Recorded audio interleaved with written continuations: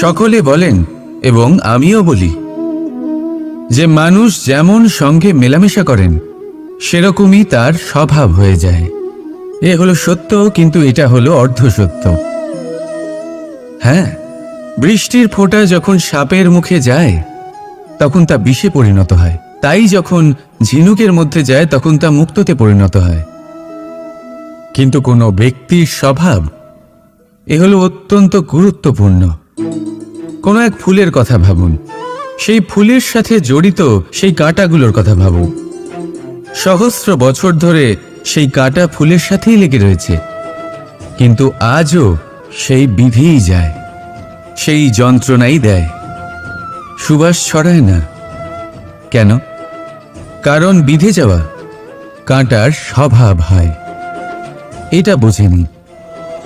সর্বপ্রথম নিজের মনের ভাবকে বদলাতে শিখুন, তারপরই আপনার সঙ্গের প্রভাব পাল্টাতে পারে। আর যদি আপনি এরকম করেন তাহলে আপনার জগৎ প্রশান্তিতে ভরে যাবে। তাহলে আসুন আমার সাথে ভালোবেসে বলুন, রাধা রাধা। প্রতিজ্ঞা ছোট একটা শব্দ, কিন্তু এর মধ্যে শক্তি অনেক থাকে।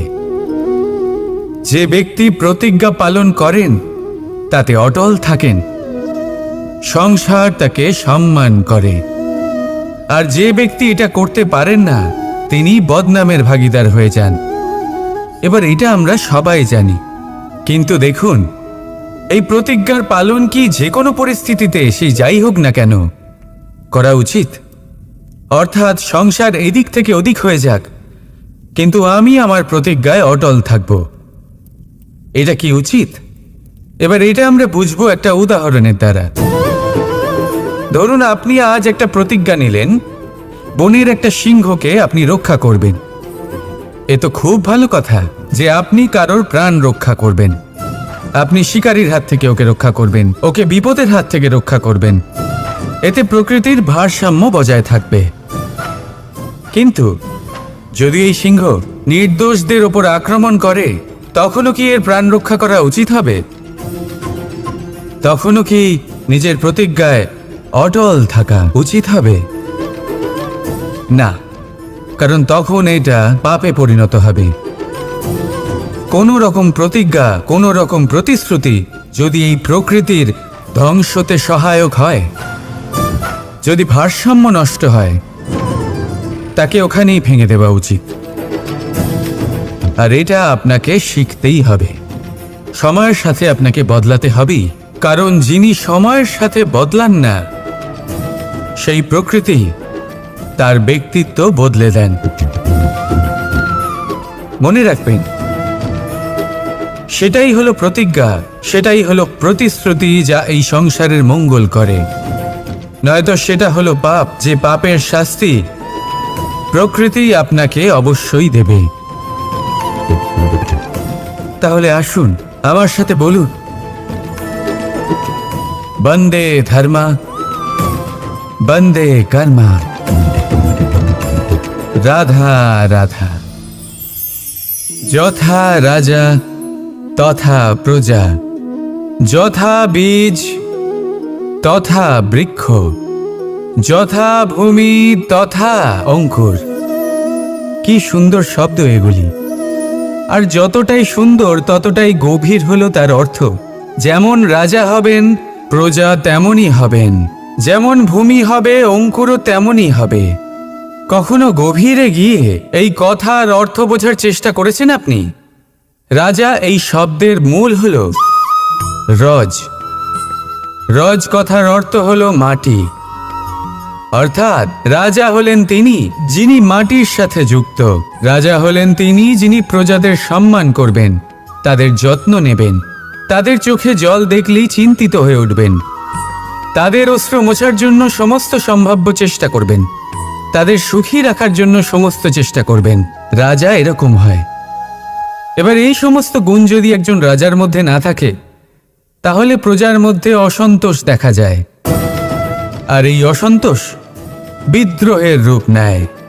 আর এই বিদ্রোহ যে কোনো রূপেই হলো বিনাশকারী।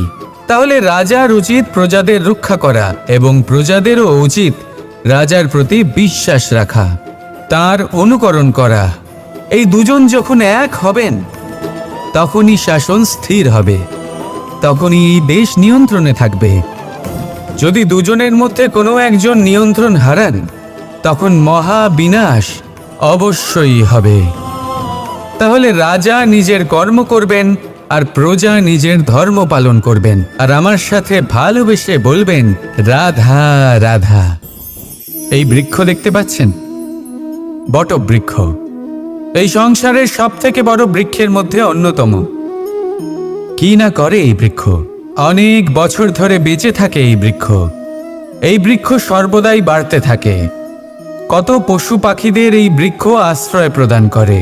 পথ চলতি পথচারীদের এই বৃক্ষ ছায়া প্রদান করে, আশ্রয় প্রদান করে, বিশ্রাম করার জায়গা দেয়, শীতল ছায়া দেয়। বটবৃক্ষ সংসারের সব থেকে বড় বৃক্ষদের মধ্যে একটা বৃক্ষ। এই বৃক্ষের বীজ সর্ষে দানার থেকেও ছোট হয়, কিন্তু তা মাটির মধ্যে সমাহিত হয়ে যায়, নিজের খোলসকে ভেঙে প্রথমবার অঙ্কুরিত হয়, আর তারপরে আস্তে আস্তে আস্তে একটা ছোট্ট বীজ একটা বিশাল বটবৃক্ষে পরিণত হয়।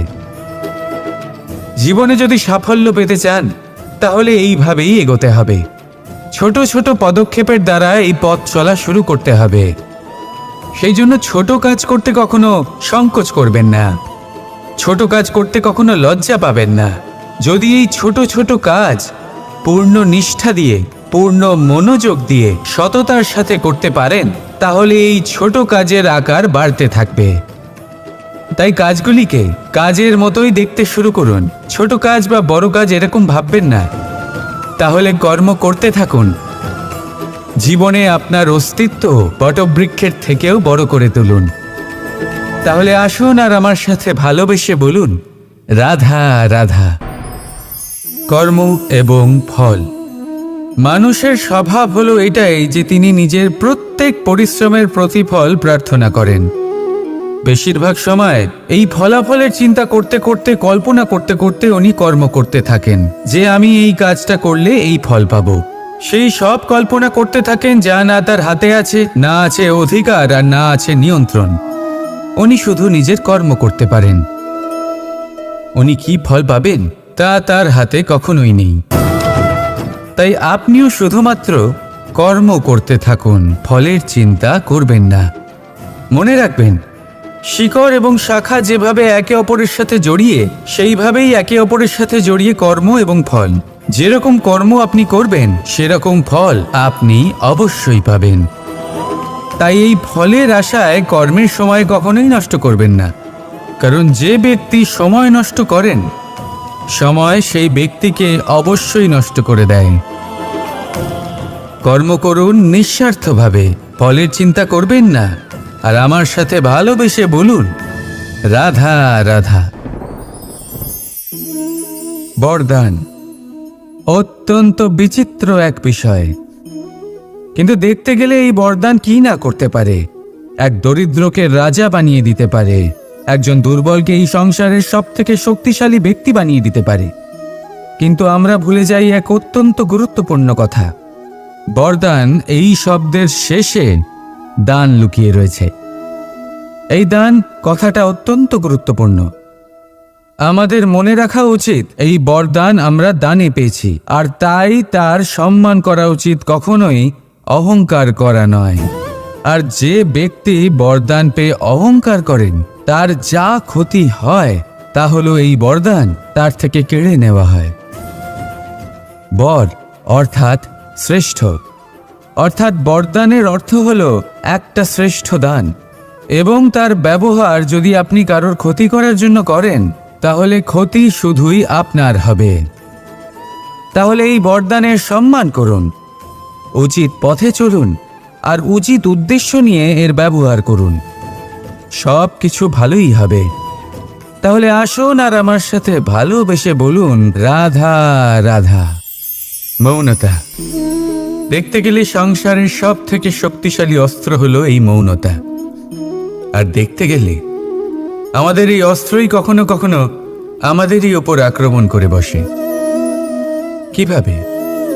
অনেক সময় আমরা আপনদের দেখে, তাদের অনুচিত কার্যকলাপ দেখে, অনুচিত কথা শুনে চুপ করে থাকি, ভেবে নিয়ে আমরা যেন কোনোভাবে তাদের আঘাত না করে ফেলি, দুঃখ না দিই, ক্রুদ্ধ না করে ফেলি, ভেবে নিয়ে এই সমস্যা এড়িয়ে যাবে।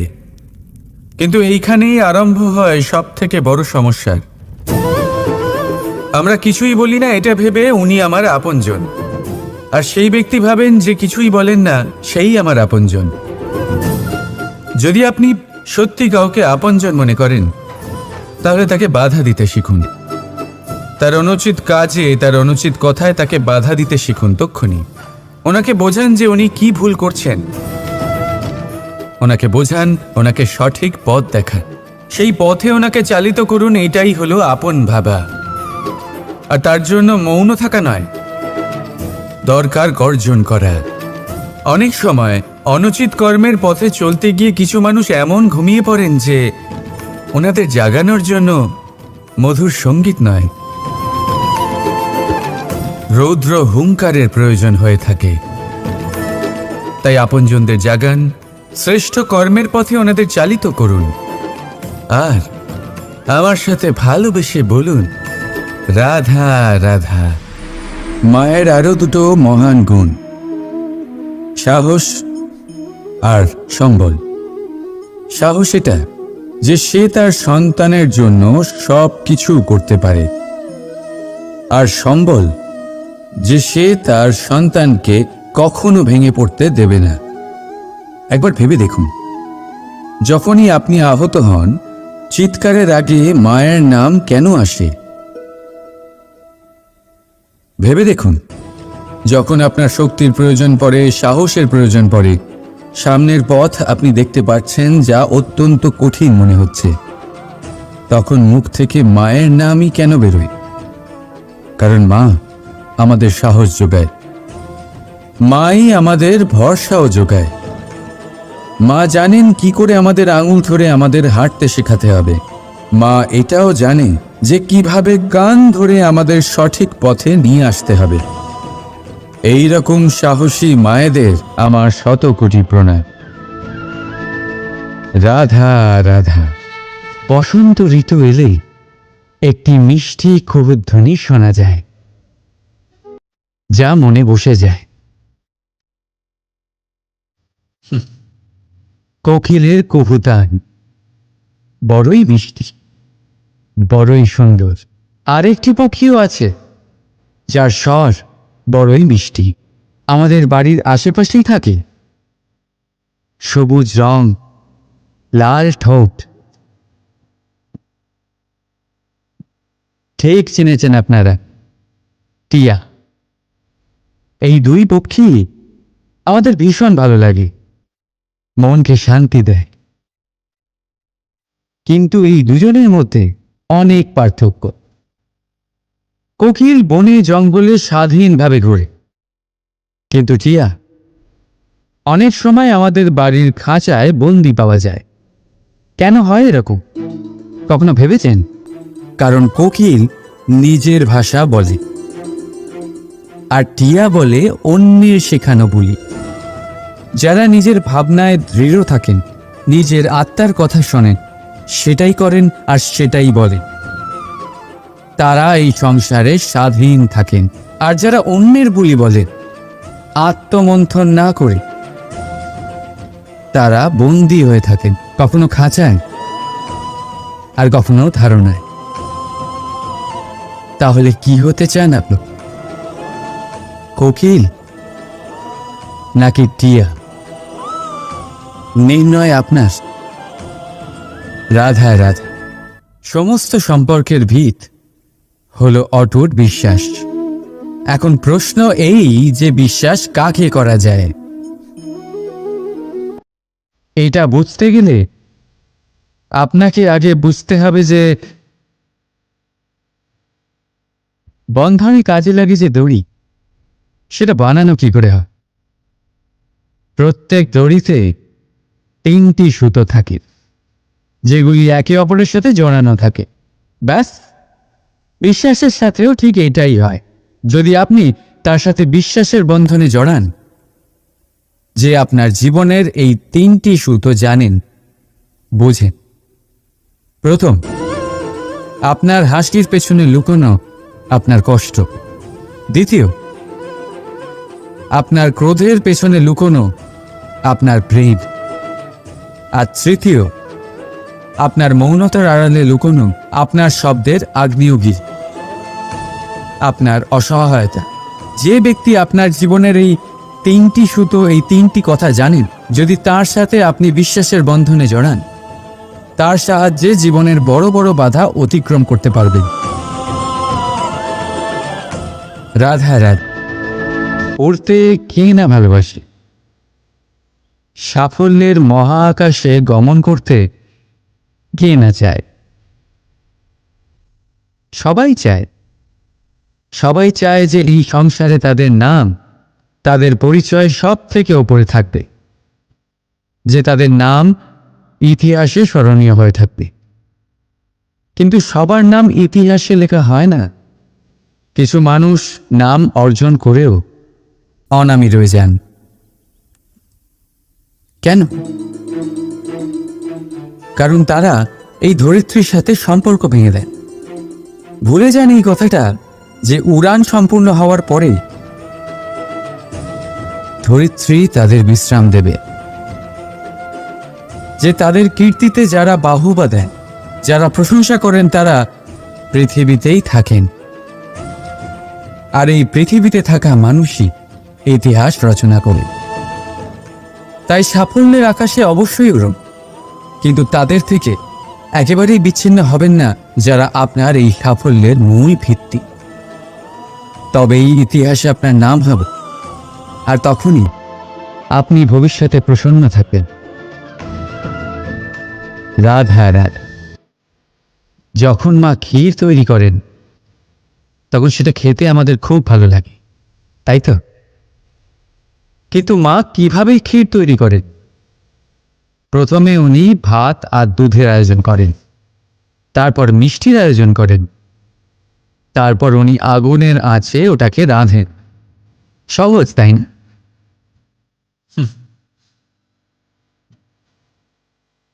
অতটাও সহজ নয়।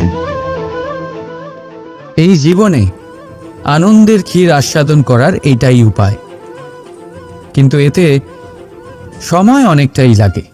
শুদ্ধ শুভ্র দুধের মতো ভাবনায় সদা অটুট সম্পর্কের মধ্যে প্রেমের মিষ্টত্ব মিশিয়ে যখন প্রয়াস আর পরিশ্রমের আগুনের আজে অনেকক্ষণ রাধা হয়, তখন তৈরি হয় আনন্দরূপী ক্ষীর।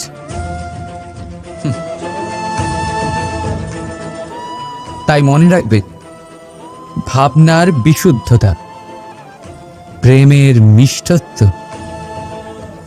আর আত্মার প্রয়াস, এই 3টি মেশালে তবেই জীবনে আনন্দ লাভ করবেন।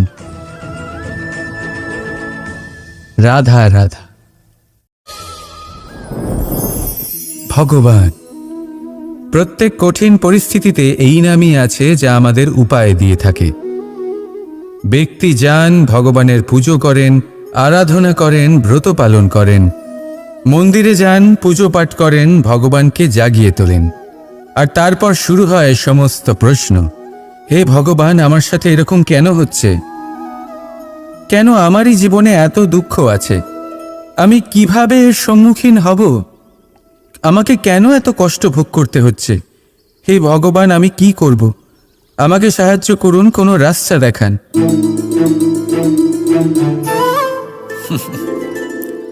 চলুন আমি আপনাকে একটা প্রশ্ন করি। মন্দিরে যাওয়ার চেষ্টা করার আগে আপনি কি জীবনে ততটা চেষ্টা করেছেন যতটা সেই সমস্যাকে দূর করার জন্য দরকার ছিল? দ্বিতীয় প্রশ্ন, ভগবানকে জাগানোর পূর্বে আপনি কি নিজেকে জাগিয়ে তুলেছেন? আপনি কি আলস্য ত্যাগ করেছেন? তৃতীয় প্রশ্ন, ভগবানকে জিজ্ঞাসা করার আগে আপনি কি নিজেকে জিজ্ঞাসা করেছেন যে আমি কেন এত অসফল হচ্ছি? যদি না করে থাকেন তাহলে সবার আগে এটা করুন। আপনি সমস্ত প্রশ্নের উত্তর পাবেন। সমস্ত বিপদের পরিত্রাণ পাবেন। অন্য কোথাও নয়, নিজের ভেতরে তাকিয়ে দেখুন। চেষ্টা করুন নিজেকে জাগিয়ে তোলার। আপনি সফল অবশ্যই হবেন, কারণ এই পরমাত্মা, ওই পরমেশ্বর, ওই পরব্রহ্ম আপনার মধ্যেই তো আছে। রাধা রাধা। সংসারে এমন একটা ভ্রান্ত ধারণা রয়েছে যে সবকিছু ভাগ্যের দ্বারা পাওয়া যায়, কিন্তু ভাগ্য, প্রারব্ধ এ তো সকলের জন্যই সমান হয়। এটা তো ব্যক্তির ওপরে নির্ভরশীল হয়, তার আকাঙ্ক্ষার উপরে নির্ভরশীল হয়, বাসনার উপরে নির্ভরশীল হয়, স্বভাবের উপরে নির্ভরশীল হয় যে উনি সেটা নিয়ে কি করেন। দেখুন, এই প্রসাদ কিন্তু সকলকেই দেওয়া হয়, কিন্তু তা গ্রহণ করবেন কিভাবে সেটা ব্যক্তির উপরে নির্ভর করে। আপনাকে এক উদাহরণ দিই। যেমন ধরুন, দুজন মানুষকে আমি একটা করে মাটির ডেলা দিলাম, সেটা নিয়ে তারা কি করবেন? একজন মানুষ তার ছোট ছোট ডেলা বানাবেন আর পথযাত্রীদের ওপরে ছুঁড়ে মারবেন, হাসি ঠাট্টা করবেন, তাদের বস্ত্র নোংরা করে দেবেন, সেটাতেই উনি আনন্দ পাবেন। অন্যদিকে দ্বিতীয় ব্যক্তি সেই মাটির ডেলা দিয়েই নিজের জন্য একটা কুঁড়ে ঘর বানাবেন। সেই কুঁড়ে ঘর যা রোদেতে, বৃষ্টিতে, ঝড়ে তাকে সুরক্ষিত রাখবে। অনুভূতি, এই অনুভূতি বদলাতে শিখুন। এই অনুভূতি অত্যন্ত গুরুত্বপূর্ণ। ভালোবাসাতেও এই অনুভূতি হলো অত্যন্ত গুরুত্বপূর্ণ। ভালোবাসা সে বন্ধুর সাথে হোক, মা বাবার সাথে হোক, ভাই বোনের সাথে হোক, স্ত্রীর সাথে হোক, যে কারোর সাথে হোক, মনে রাখবেন এই হলো সেই অনুভূতি যা আপনার ভাগ্য নির্ধারণ করে থাকে। তাহলে আসুন আমার সাথে প্রেমের অনুভূতি নিয়ে বলুন, রাধা রাধা। মানুষের কত রকম অনুভূতি হয়, কিন্তু সে সেটাই করে যেটা সে আজ অবধি করে এসেছে, আর এটাই তার সব থেকে বড় ভুল। আপনাকে যদি উদাহরণ দিই, তাহলে একটা গোয়ালা যে ছোটবেলা থেকে একটাই কাজ করেছে, গরুকে চড়িয়েছে, দুধ বের করেছে, সে সারা জীবন সেটাই পাবে, শুধু দুধ। কিন্তু ভেবে দেখুন, যখন এই দুধ কোনো ময়রার কাছে যায়, তখন সে সেটা দিয়ে মালপোয়া বানায়, মাখন বানায়, বিভিন্ন রকমের সুস্বাদু মিষ্টি বানায়, ঘি বানায়। সে বড় কিছু করে, তার বদলে সে বড় কিছু পায়। তাই মনে রাখবেন, যদি আপনি সেটা করেন যেটা আপনি সব সময় করে এসেছেন, তাহলে আপনি সেটাই পাবেন যা আপনি আজ পর্যন্ত পেয়ে এসেছেন। নতুন কিছু করার চেষ্টা করুন, আলাদা কিছু করার চেষ্টা করুন, নিজেকে বদলানোর চেষ্টা করুন, নিজেকে প্রস্তুত করুন, নতুন কিছু করুন। তাই মনে রাখবেন, যদি আপনি এমন কিছু করেন যা এর আগে কেউ কখনো করেনি, তাহলে আপনি এমন কিছু পাবেন যা এর আগে কেউ কখনো পায়নি। তাই নতুন উপায়, নতুন চেষ্টার দ্বারা নতুন কর্মের পালন করুন। নতুন চিন্তা নিজের ভেতরে জাগ্রত করুন, কারণ এই চিন্তাই সত্য হয়ে আপনার জীবনে আসবে। রাধা রাধা। সমুদ্র মন্থন, আমরা সবাই জানি এ কিভাবে হয়েছিল। এই মন্থন থেকে কি কি পাওয়া গেছিল? অসংখ্য রত্ন পাওয়া গেছিল, বিষ পাওয়া গেছিল, অমৃত পাওয়া গেছিল। ঠিক সেইভাবেই আমাদের ভেতরেও একটা বিশাল সমুদ্র রয়েছে, যাকে আমরা নাম দিয়েছি মন। যদি এই মনের মন্থন করা হয়, তাহলে এই মন থেকে বিষও বেরোতে পারে আর অমৃতও বেরোতে পারে। তাই মনে রাখবেন, আপনার যে এই জিহ্বা রয়েছে তা বিষও নির্গত করতে পারে, আবার অমৃত। খারাপ কিছুও করতে পারে, যদিও আপনার মনস্কামনা খারাপ নাও হয়। তাই সবসময় যখন আপনার মুখ থেকে শব্দ উচ্চারণ করবেন, এই মনের মন্থন করে তা করুন। আর আমার সাথে ভালোবেসে বলুন, রাধা রাধা। আপনি কি কখনো শুনেছেন হরিণ সিংহের থেকে পালানোর বদলে তার সাথে লড়াই করেছে? হরিণ সিংহকে আক্রমণ করেছে, কখনো শুনেছেন? কখনো না। কিন্তু এরকম হতেই পারে, এরকম হয়েই থাকে। আর এটা তখনই হয় যখন হরিণের শাবক বিপদে পড়ে। যখন তার সিংহের কবলে পড়ার ভয় থাকে, তখন হরিণীও এসে সিংহের সাথে লড়াই করতে থাকে। কারণ সে একজন মা, আর মা তার সন্তানের জন্য সব কিছু করতে পারে। এ হলো মায়ের স্নেহ, যেটা যত নরম হতে পারে ঠিক ততটাই কঠোরও হতে পারে। আর তার সন্তানের মঙ্গলের জন্য সে ক্রোধের সমস্ত সীমা পার করে তার সন্তানকে রক্ষা করেই ছাড়বে। আর সেই জন্যই তো মাকে সন্তানের জীবনে সবথেকে বড় ঢাল বলা হয়। এই মাকে আমার শত কোটি প্রণাম। রাধা রাধা। একে চিনতে পারলেন? একে কুঠার বলা হয়। আপনারা জীবনে কোথাও না কোথাও কোনো না কোনো রূপে এটা দেখেই থাকবেন।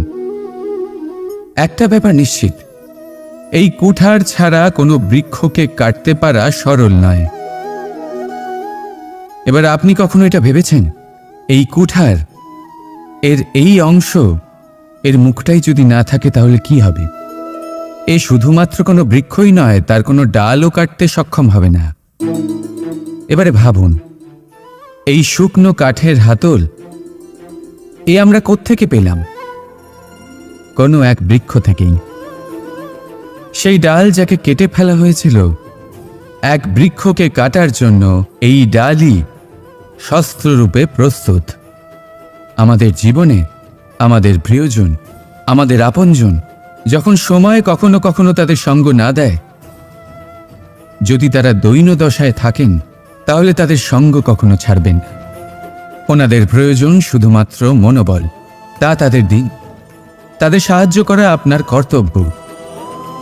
হয়তো তাদের সাথে থেকে আপনার কোনো লাভ হবে না, কিন্তু তাদের দূরে থাকাতে আপনার ক্ষতি অবশ্যই হতে পারে।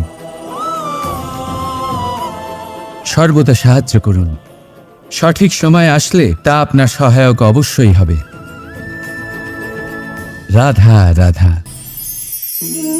আমাদের মধ্যে বেশিরভাগ মানুষেরই এই অভিযোগ থাকে যে মানুষ তখনই আমাদের স্মরণ করেন যখন সেই সময় আসে যখন আমাদেরকে প্রয়োজন হয়, যখন কোনো কাজ থাকে। যখনই এই সময় পেরিয়ে যায়, তাদের কার্যসিদ্ধি হয়ে যায়, তারা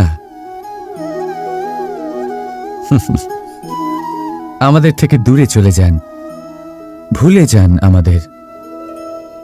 এবার এই বিষয়ে ভেবে খারাপ অবশ্যই লাগে। এই পরিস্থিতিকেই অন্য এক দৃষ্টিভঙ্গি দিয়ে দেখার চেষ্টা করুন।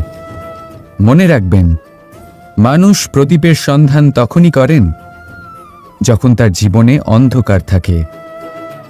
আপনি প্রসন্ন হয়ে উঠুন, কারণ আপনার কাছে সেই সুযোগ আছে যে কারোর জীবনে প্রকাশের কিরণ আনতে পারছেন, কাউকে সঠিক পথ দেখাতে পারছেন, কারোর সহযোগিতা করতে পারছেন, এই পুণ্য অর্জন করতে পারছেন।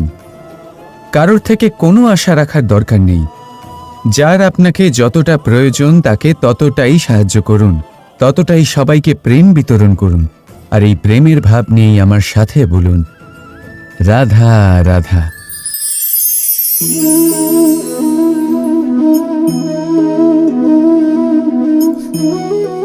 এই শুকনো পাতা দেখতে পাচ্ছেন? এটা কখনো গাছের ডালে ছিল, সবুজ তরতাজা, বৃক্ষকে পুষ্টি দান করত।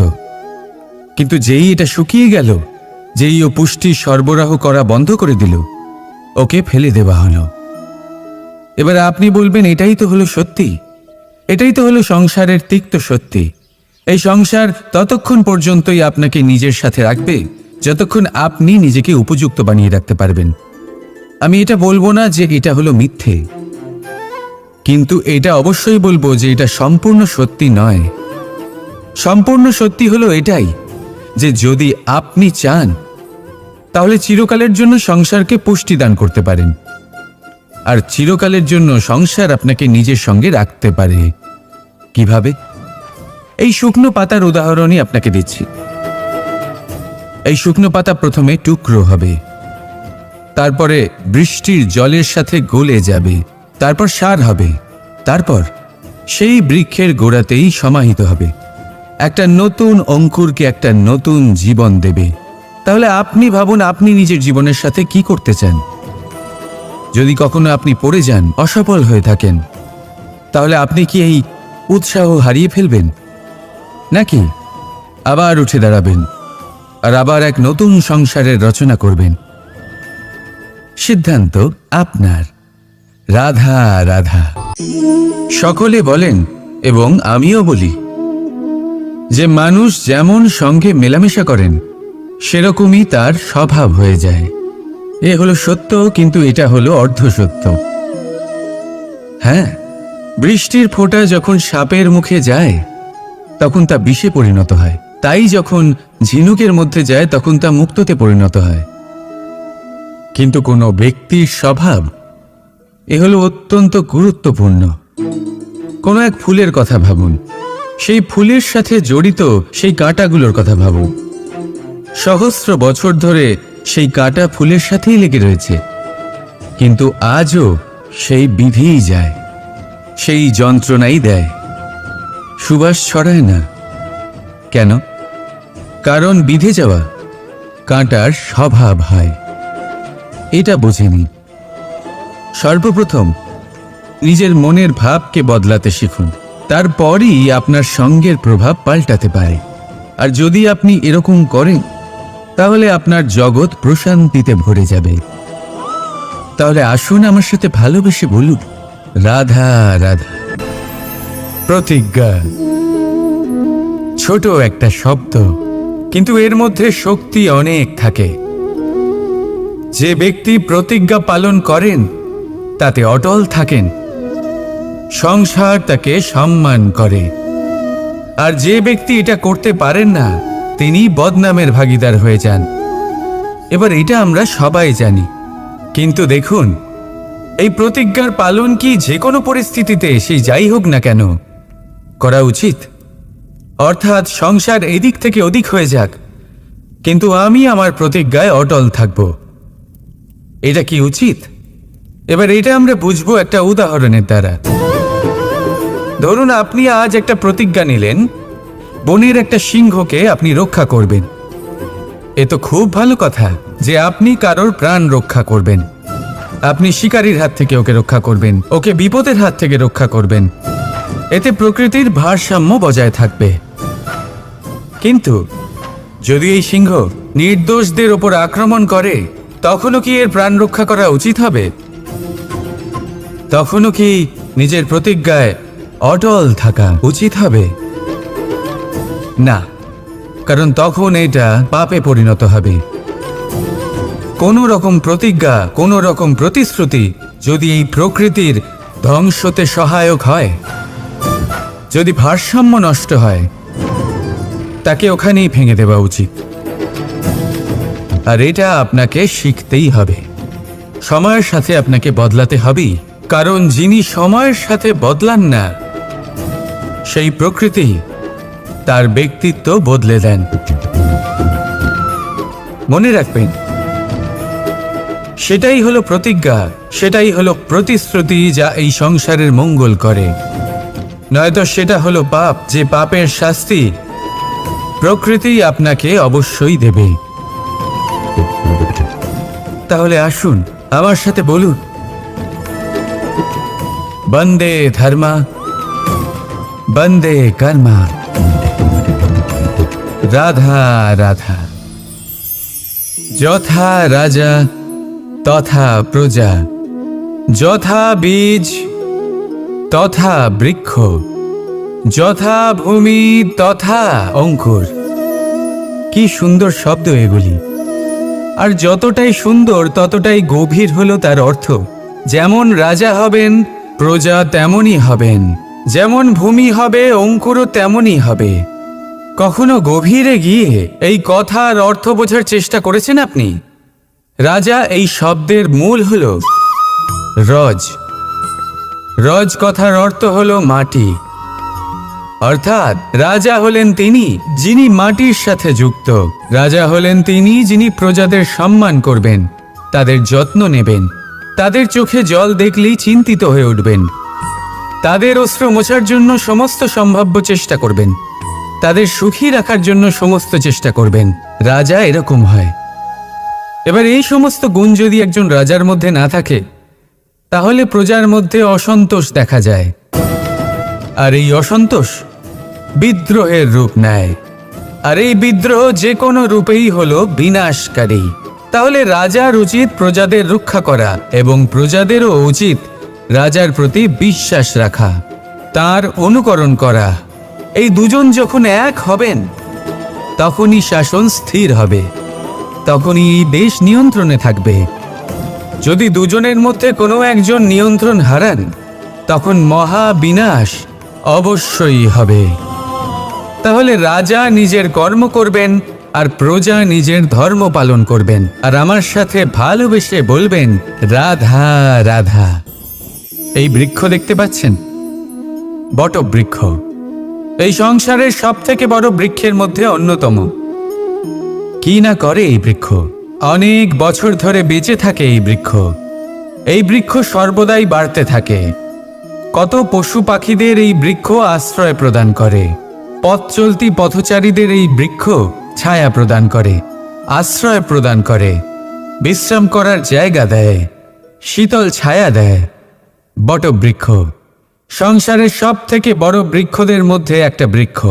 এই বৃক্ষের বীজ সর্ষে দানার থেকেও ছোট হয়, কিন্তু তা মাটির মধ্যে সমাহিত হয়ে যায়, নিজের খোলসকে ভেঙে প্রথমবার অঙ্কুরিত হয়, আর তারপরে আস্তে আস্তে আস্তে একটা ছোট্ট বীজ একটা বিশাল বটবৃক্ষে পরিণত হয়। জীবনে যদি সাফল্য পেতে চান তাহলে এইভাবেই এগোতে হবে। ছোট ছোট পদক্ষেপের দ্বারা এই পথ চলা শুরু করতে হবে। সেই জন্য ছোট কাজ করতে কখনো সংকোচ করবেন না, ছোট কাজ করতে কখনো লজ্জা পাবেন না। যদি এই ছোট ছোট কাজ পূর্ণ নিষ্ঠা দিয়ে, পূর্ণ মনোযোগ দিয়ে, সততার সাথে করতে পারেন তাহলে এই ছোট কাজের আকার বাড়তে থাকবে। তাই কাজগুলিকে কাজের মতোই দেখতে শুরু করুন। ছোট কাজ বা বড় কাজ এরকম ভাববেন না। তাহলে কর্ম করতে থাকুন। জীবনে আপনার অস্তিত্ব বটবৃক্ষের থেকেও বড় করে তুলুন। তাহলে আসুন আর আমার সাথে ভালোবেসে বলুন রাধা রাধা। কর্ম এবং ফল। মানুষের স্বভাব হলো এটাই যে তিনি নিজের প্রত্যেক পরিশ্রমের প্রতিফল প্রার্থনা করেন। বেশিরভাগ সময় এই ফলাফলের চিন্তা করতে করতে, কল্পনা করতে করতে উনি কর্ম করতে থাকেন যে আমি এই কাজটা করলে এই ফল পাবো। সেই সব কল্পনা করতে থাকেন যা না তার হাতে আছে, না আছে অধিকার, আর না আছে নিয়ন্ত্রণ। উনি শুধু নিজের কর্ম করতে পারেন। উনি কি ফল পাবেন তা তার হাতে কখনোই নেই। তাই আপনিও শুধুমাত্র কর্ম করতে থাকুন, ফলের চিন্তা করবেন না। মনে রাখবেন, শিকড় এবং শাখা যেভাবে একে অপরের সাথে জড়িয়ে, সেইভাবেই একে অপরের সাথে জড়িয়ে কর্ম এবং ফল। যেরকম কর্ম আপনি করবেন সেরকম ফল আপনি অবশ্যই পাবেন। তাই এই ফলের আশায় কর্মের সময় কখনোই নষ্ট করবেন না, কারণ যে ব্যক্তি সময় নষ্ট করেন, সময় সেই ব্যক্তিকে অবশ্যই নষ্ট করে দেয়। কর্ম করুন নিঃস্বার্থভাবে, ফলের চিন্তা করবেন না, আর আমার সাথে ভালোবেসে বলুন রাধা রাধা। বরদান অত্যন্ত বিচিত্র এক বিষয়, কিন্তু দেখতে গেলে এই বরদান কি না করতে পারে। এক দরিদ্রকে রাজা বানিয়ে দিতে পারে, একজন দুর্বলকে এই সংসারের সব থেকে শক্তিশালী ব্যক্তি বানিয়ে দিতে পারে। কিন্তু আমরা ভুলে যাই এক অত্যন্ত গুরুত্বপূর্ণ কথা। বরদান এই শব্দের শেষে দান লুকিয়ে রয়েছে। এই দান কথাটা অত্যন্ত গুরুত্বপূর্ণ। আমাদের মনে রাখা উচিত এই বরদান আমরা দানে পেয়েছি, আর তাই তার সম্মান করা উচিত, কখনোই অহংকার করা নয়। আর যে ব্যক্তি বরদান পেয়ে অহংকার করেন তার যা ক্ষতি হয় তা হলো এই বরদান তার থেকে কেড়ে নেওয়া হয়। বর অর্থাৎ শ্রেষ্ঠ, অর্থাৎ বরদানের অর্থ হলো একটা শ্রেষ্ঠ দান, এবং তার ব্যবহার যদি আপনি কারোর ক্ষতি করার জন্য করেন তাহলে ক্ষতি শুধুই আপনার হবে। তাহলে এই বরদানের সম্মান করুন, উচিত পথে চলুন, আর উচিত উদ্দেশ্য নিয়ে এর ব্যবহার করুন। সব কিছু ভালোই হবে। তাহলে আসুন আর আমার সাথে ভালোবেসে বলুন রাধা রাধা।